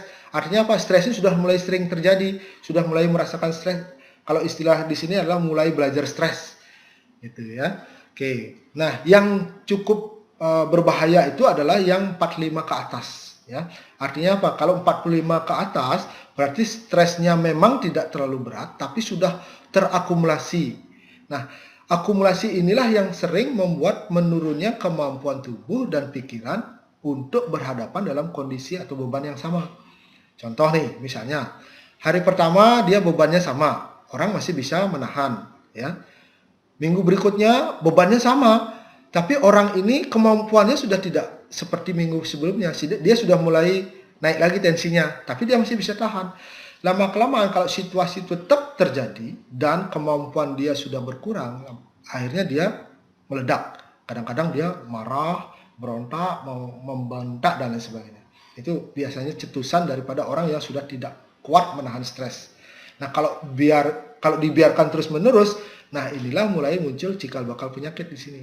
Ya, mulai akan menyerang organ-organ yang lain di dalamnya. Itu. Nah, di kolom paling atas itu ada namanya complexity. Nah, kompleks ini yang dibaca di awal tadi pulse variability itu, heart rate variability, ya. Nah, angka normalnya adalah 30 sampai 40. Artinya apa? Kalau 30-40 ini tubuhnya itu masih cukup kuat untuk menahan beban seberat apapun gitu loh. Nah, kalau contoh seperti ini angkanya 41, jadi jauh lebih kuat.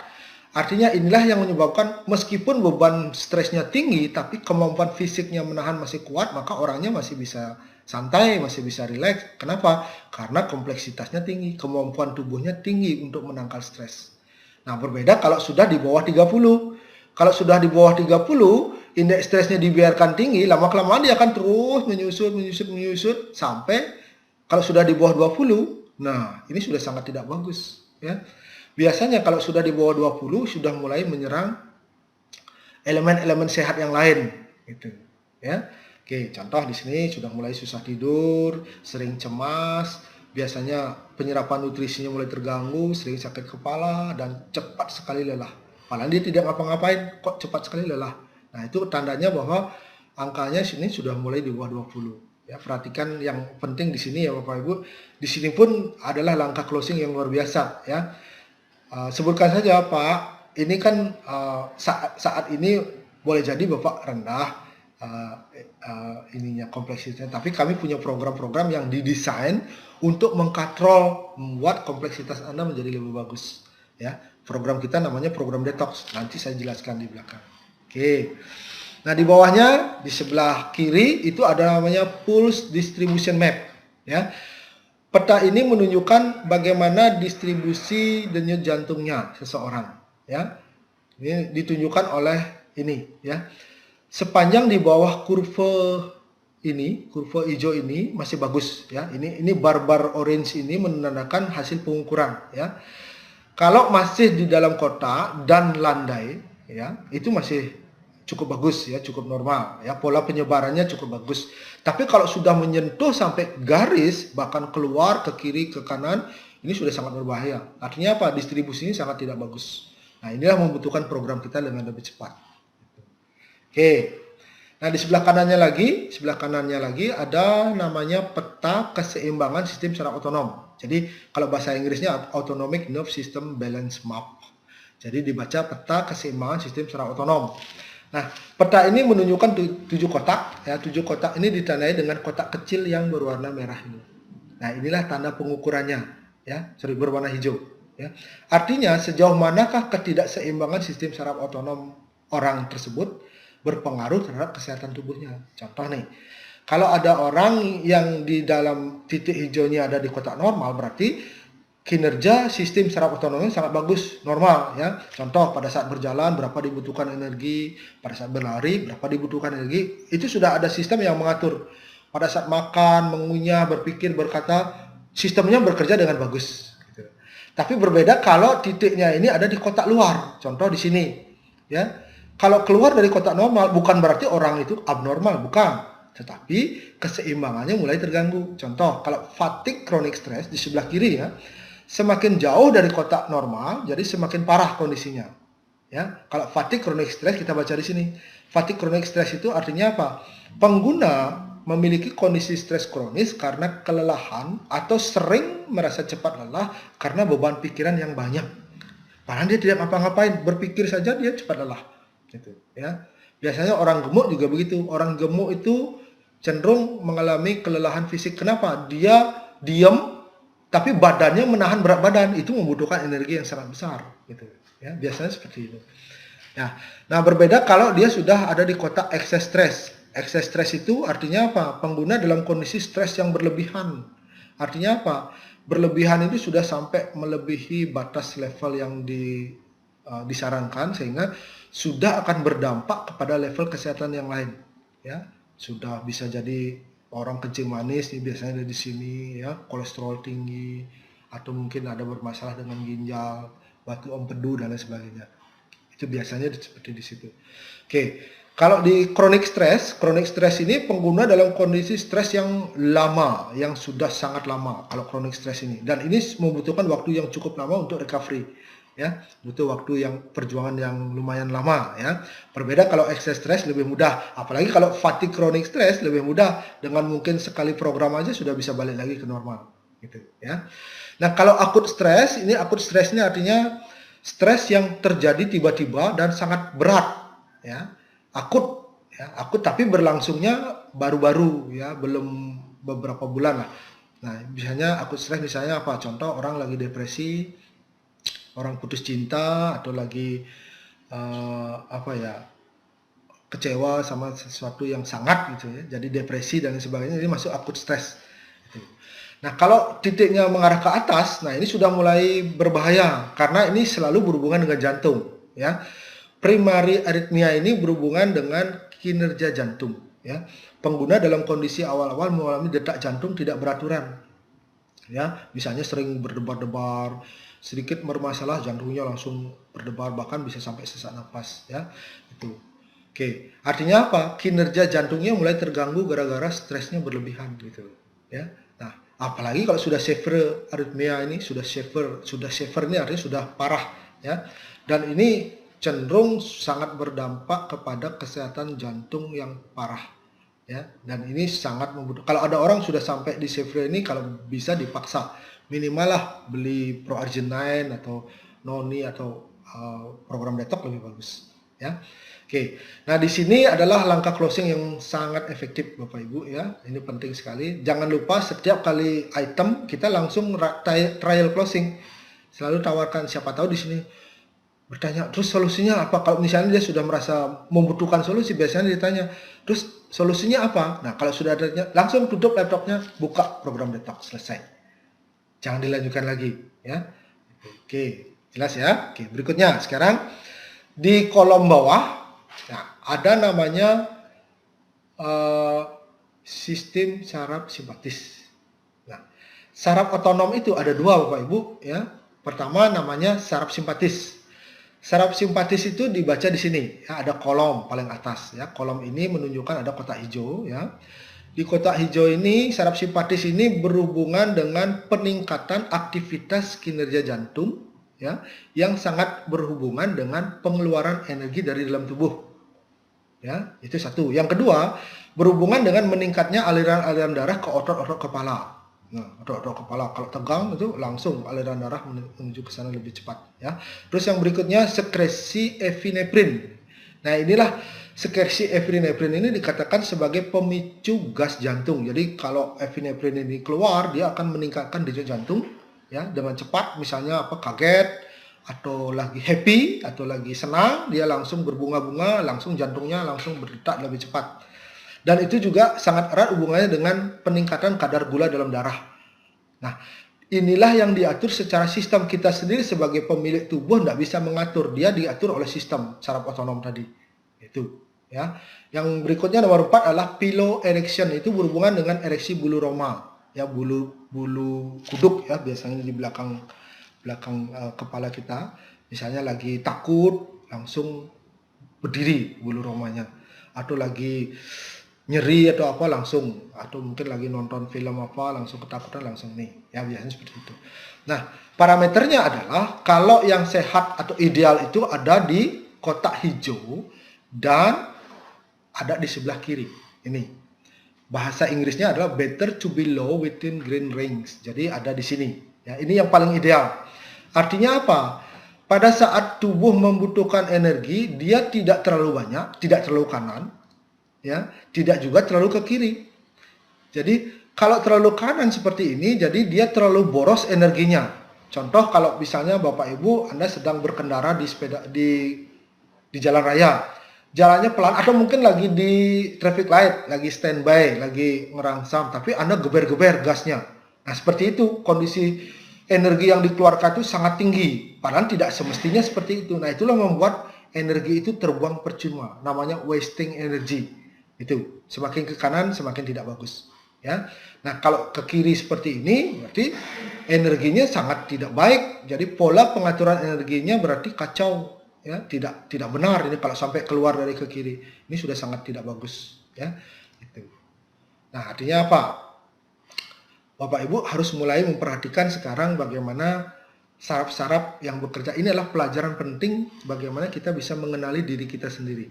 Cara yang paling penting, paling gampang adalah Anda sudah punya alat, cek sendiri setiap hari. Ya, makin sering mengecek, mungkin Anda pasangan, adik, kakak, orang tua, cek aja setiap hari. Dari situ kita bisa pelajari. Ya, cara yang paling mudah belajar adalah lakukan, gitu. Ya, oke. Nah, berikutnya di bawahnya ada namanya saraf parasimpatis, atau di bahasa Inggrisnya di laptop kelihatan parasympathetic activity.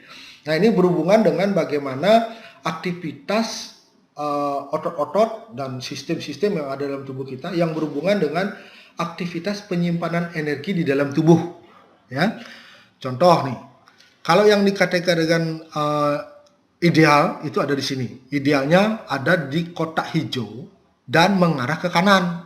Itu yang bagus, better to be high within green ring. Ya, ini artinya apa? Ini adalah pola pengereman pengeluaran energi. Contoh, Bapak Ibu pernah mungkin melihat ada orang yang kaget, tapi kagetnya lama sekali. Ada yang sedihnya lama sekali. Artinya apa? Kalau orang seperti itu berarti grafiknya pasti mengarah ke kiri. Artinya apa? Hal-hal yang mengerem pengeluaran energi itu agak tidak bagus. Kalau bahasanya mungkin remnya agak blong gitu ya. Itu mungkin bahasa yang paling mudah mengerti. Semakin ke kanan semakin pakem. Jadi energi itu akan terkontrol dengan efektif, dengan mudah. Semakin ke kiri semakin loss dia, semakin kontrolnya semakin tidak baik. Ya, apalagi kalau sampai keluar ke jalur hitam ini sudah sangat berbahaya. Ya, keluar ke kanan ini lebih bagus daripada keluar ke kiri.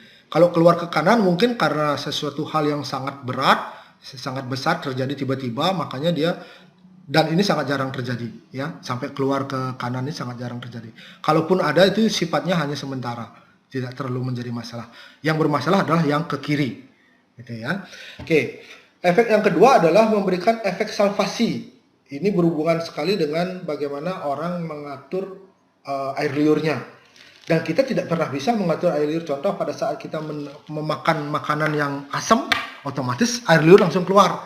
Atau melihat makanan enak langsung tanpa diperintah air liur itu mengalir, bahasanya ngeces. Ya.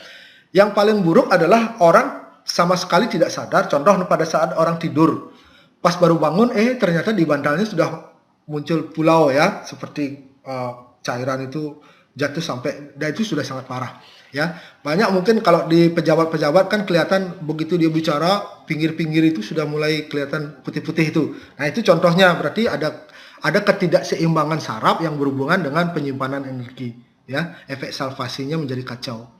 Oke, berikutnya di bawahnya nomor 3 ada namanya sekresi kelenjar pencernaan dan enzim. Nah, ini Bapak Ibu harus baca buku Miracle of Enzyme. Ya, enzim itu adalah sistem yang sangat canggih dan tidak bisa kita perintah. Pada saat contoh nih, Anda makan. Harusnya Anda makan kan mengunyahnya 30-32 kali supaya hancur ya. Sehingga pencernaan kita bekerjanya lebih mudah. Semakin mudah pencernaan kita, terutama lambung ya. Jadi enzim yang dibutuhkan untuk mendigest atau mencerna tidak terlalu banyak. Karena pengeluaran enzim di dalam sistem pencernaan kita itu membutuhkan energi yang sangat besar. Contoh nih, suatu ketika Bapak Ibu coba sendiri lah, makan siang cepat-cepat, makanan cepat saji karena enak kan, biasanya makin enak makin cepat makannya. Nah, format makanan yang kasar itu begitu masuk di lambung, itu membutuhkan enzim, asam lambung, dan pencernaan yang luar biasa. Nah, karena sistem saraf otonom itu bekerja otomatis, untuk mengeluarkan energi itu kadang-kadang enzim itu menyerap energi yang harusnya dialokasikan untuk berpikir, ya, untuk melihat, untuk berbicara, untuk bergerak. Jadi dipinjam sementara untuk mengunyah, itu loh. Jadi inilah kadang-kadang menyebabkan banyak orang yang habis makan kok malah mengantuk. Contoh lemes dan lain sebagainya. Nah, itu karena sistem saraf otonomnya kacau. Artinya apa? Alokasi penggunaan energinya dipinjam sementara untuk mencerna. Nah, ini yang kadang-kadang tidak disadari banyak orang ya. Padahal harusnya habis makan kan segar, tiba-tiba habis makan kok malah lemes. Nah, itu. Anda sudah tahu sekarang jawabannya ya. Nah, Anda kaitkan lagi dengan kuesioner. Dia misalnya habis makan itu suka sebah ya. Suka sebah itu artinya apa? Asam lambungnya terlalu tinggi ya. Karena itu ya, karena sistem saraf parasimpatisnya itu mengalami gangguan. Biasanya cenderung ke kiri. Semakin ke kiri semakin berbahaya. Gas lambungnya semakin tinggi, bahkan orang yang susah buang air besar atau sering diare dan lain sebagainya selalu bermasalah dengan sistem saraf parasimpatis. Ya. Nah, ada orang juga yang susah turun berat badan. Ini juga sangat berpengaruh dari saraf parasimpatis ini. Ya. Oke. Nah, yang paling nomor 4 ini juga sangat vital dan penting diketahui bahwa peningkatan aliran darah ke saluran pencernaan. Bapak Ibu, yang paling penting kita ketahui adalah saluran pencernaan kita itu membutuhkan saluran darah yang mengangkut oksigen dan nutrisi dengan sempurna. Semakin parah kondisi sumbatan menuju saluran pencernaan, semakin susah gerakan-gerakan usus itu karena otot-ototnya lemah, tidak dapat suplai oksigen dan darah dengan bagus. Nah, disinilah mulai muncul orang sering susah buang air besar, pencernaannya terganggu, sering sembelit dan lain sebagainya. Ya, kebayang nggak Bapak Ibu kalau saluran cerna kita tidak dibuang setiap saat, setiap hari? Ya, itu sampah, keranjang sampah kita saja yang di rumah atau di dapur misalnya tidak dibuang sehari, bagaimana baunya, bagaimana dia keluar gas, dan itu akan terjadi perkembangbiakan bakteri, kuman, virus dan lain sebagainya. Itu kebayang nggak kalau itu disimpan lebih dari 1 hari di dalam perut? Nah, kebayang nggak Bapak Ibu? Perut kita itu adalah keranjang sampah. Keranjang sampah itu harus dibuang setiap hari loh. Kalau ternyata aliran darah kita terhambat, jadi sistem pengeluaran itu, sistem sekresi kita ini menjadi terganggu. Nah, itulah kadang-kadang yang sering membuat orang sering sakit kepala. Kenapa? Karena sampah-sampah di dalam perut itu akan diserap kembali oleh usus besar kita. Begitu diserap, dia akan masuk ke pembuluh darah. Pembuluh darah akan beredar lagi ke seluruh tubuh, meracuni seluruh tubuh. Nah, itu namanya endotoksin, racun yang diproduksi sendiri oleh tubuh kita. Gitu. Itulah yang sering membuat orang sakit kepala. Tapi celakanya, kalau orang sakit kepala, mindset mereka kan minum obat sakit kepala. Benar nggak? Padahal sumber sakit kepalanya itu ada di perut. Gitu. Nah, ini yang disebut salah kaprah. Nah, Bapak Ibu sekarang Anda sudah tahu sumber-sumber penyakit ya. Anda harus menjadi pencerah bagi kesehatan teman-teman kita, terutama keluarga ya, anak, orang tua dan lain sebagainya. Oke. Nah, itu sistem saraf otonom. Sekali lagi ada 2, saraf simpatis dan parasimpatis yang bekerja otomatis ya. Nah, di bawahnya keseimbangannya itu harusnya di tengah-tengah, namanya keseimbangan ya. Keseimbangan adalah sistem saraf simpatis dan parasimpatis ini berhubungan selalu dengan ya itu tadi. Kalau dia cenderung ke kiri selalu berhubungan dengan pencernaan yang tidak bagus, kalau ke kanan berhubungan dengan stres yang tinggi atau psikologi yang tinggi ya. Oke. Terus di bawahnya ada namanya average pulse. Ini sama seperti yang di halaman sebelumnya, itu berhubungan dengan rata-rata denyut jantung per menit ya, hampir sama ya. Oke. Semakin ke kiri semakin bagus ya, semakin ke kanan semakin tidak bagus ya. Apalagi kalau sampai keluar dari kotak hijau sangat tidak bagus ya. Itu berhubungan dengan rata-rata denyut jantung per menit. Itu. Oke. Berikutnya di bawahnya ada namanya SDNN. SDNN ini disebut kemampuan tubuh dalam menghadapi lingkungan-lingkungan pemicu stres ya. Sangat erat hubungannya dengan daya tahan tubuh ya. Daya tubuh kalau boleh dibilang imunitas lah, sistem kekebalan tubuh kita, bagaimana dia menangkal virus, bakteri, kuman, penyebab penyakit ya. Hasilnya lebih bagus kalau ke kanan, istilahnya better to be high within green range. Jadi semakin ke kanan, jadi sistem antibodi tubuh, kekebalan tubuh semakin kuat. Semakin ke kiri semakin rentan tertular penyakit. Nah, caranya membahasakan gimana? Semakin ke kiri, apalagi kalau sudah keluar, caranya adalah begini, Bapak Ibu, untuk sementara kalau bisa jangan dekat-dekat sama orang sakit lah, karena ini sangat rentan. Bapak Ibu lihat sendiri kan, harusnya di sini, ternyata di sini. Itu artinya sangat rentan tertular virus, bakteri, kuman. Gitu. Jadi kondisinya biasanya begini, oh iya ya, saya mudah sekali tertular. Gitu. Itu selalu seperti itu ya. Oke, nah paling bawah ini berhubungan dengan masalah emosional ya. Root mean square standard deviation. Jadi adalah penyimpangan-penyimpangan yang terjadi dalam pengukuran yang menggambarkan kondisi emosional pengguna saat pengukuran ya. Selalu erat hubungannya dengan kemampuan tubuh seseorang ketika sedang berhadapan dengan kondisi emosional tertentu. Contoh, kondisi rasa marah atau gregetan, madness ya. Terus khawatir, worry. Terus takut, fear. Harusnya better to be high within green ring. Semakin ke kanan semakin bagus. Artinya apa? Semakin ke kiri, orang itu semakin mudah larut dalam kondisi emosional tadi. Contoh, mudah larut dalam kemarahan. Temannya marah, dia ikut-ikutan marah. Temannya khawatir, dia ikut khawatir. Gitu. Padahal tidak ada hubungannya sama dia. Gitu. Karena orang ini secara emosional mudah larut dalam kondisi emosional. Nah, disarankan semakin ke kanan semakin bagus. Nah, itu semua mengenai bagaimana kita mengetahui derajat kesehatan seseorang secara holistik. Nah, inilah yang tidak dibaca oleh hasil laboratorium yang biasa orang lakukan di lab, di dokter dan lain sebagainya. Nah, Bapak Ibu, itu secara garis besar yang menandakan bagaimana sih sebenarnya parameter sehat seseorang. Ya. Nah, kalau kita kesimpulkan sekarang, simpulan akhirnya bahwa indeks obesitas ini adalah tanda pertama menunjukkan orang itu sehat atau tidak. Angkanya kalau bisa 1-10%. Ya. Kalau lebih dari situ, ya sudah mulai bermasalah. Ya.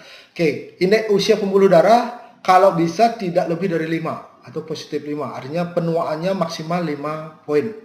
Lebih dari itu sudah tidak baik, tidak sehat namanya. Ya. Oke, tipe usia pembuluh darah itu minimal A atau B. Ini kondisinya sangat aman. Ya. Tapi kalau bisa A lebih bagus. Oke, berikutnya rata-rata denyut nadi. Kalau bisa angkanya 60-75 saja, itu yang disebut sehat. Ya, di luar itu kurang sehat. Nah, terus di bawahnya peta kinerja otot jantung, yang itu tadi grafiknya itu dari atas ke bawah kalau bisa simetris sekali, itu paling bagus. Ya, minimal kalau usia 40 tahun tidak terlalu jauh lah menyimpang. Ya, oke itu. Terus berikutnya di bawahnya indeks stress report, kalau bisa maksimal 44, itu parameter sehat ya. Jadi kalau di atas 44 sudah mulai tidak sehat karena sudah mulai terakumulasi ya. Baca lagi yang lagi. Berikutnya sistem saraf otonom. Saraf otonom itu yang paling sehat itu adalah di kategori kotak normal ya. Sekali lagi ya, kalau keluar itu bukan berarti abnormal tapi keseimbangannya terganggu. Oke, SDNN di bawahnya itu berhubungan dengan sistem kekebalan tubuh. Itu yang bagus adalah better to be high. Semakin ke kanan semakin bagus. Begitu juga yang terakhir, relaksasi jiwa dan emosi. Itu kalau bisa semakin ke kanan semakin bagus. Nah, itulah parameter sehat yang kita butuhkan sebagai orang yang berani mengaku sehat. Ya. Oke, nah hasilnya Bapak Ibu bisa lihat di sini. Ya, hasilnya Anda bisa print sendiri. Kalau di print seperti ini hasilnya. Dan ini hasil-hasil ini bisa kita kirim by email. Ya. Nanti caranya ada, nanti di dalam proses printernya itu ada, diklik di sana ada proses print ya. Kalau ngeprint lebih mudah, tapi kalau proses email harus di-convert dulu dalam bentuk ini seperti ini, JPEG atau dalam bentuk XPS viewer atau dalam bentuk PDF ya. Nah, hasil PDF-nya itulah kita kirim by email nanti. Nah, itulah Bapak Ibu, teman-teman semua, itu ilustrasi bagaimana kita bisa menjual program detox kita itu dengan melalui MECPA. Ya, sekali lagi, MECPA yang kita lakukan tadi itu adalah sarana untuk menjembatani orang memilih program kita. Jadi, alat MECPA kita itu bukan produk sinergi, itu alat kedokteran biasa. Yang kita jual adalah program Detox Your Body. Jadi, Detox Your Body itu secara aklamasi oleh dunia diakui sebagai one stop solution system ya. Sekali melangkah kita dapat sehatnya, dapat langsingnya, dapat awet muda. Nah, modul tentang Detox Your Body kita akan bicarakan di modul yang berikutnya ya. Untuk kali ini cukup sekian dulu. Sampai jumpa di materi berikutnya. Oke.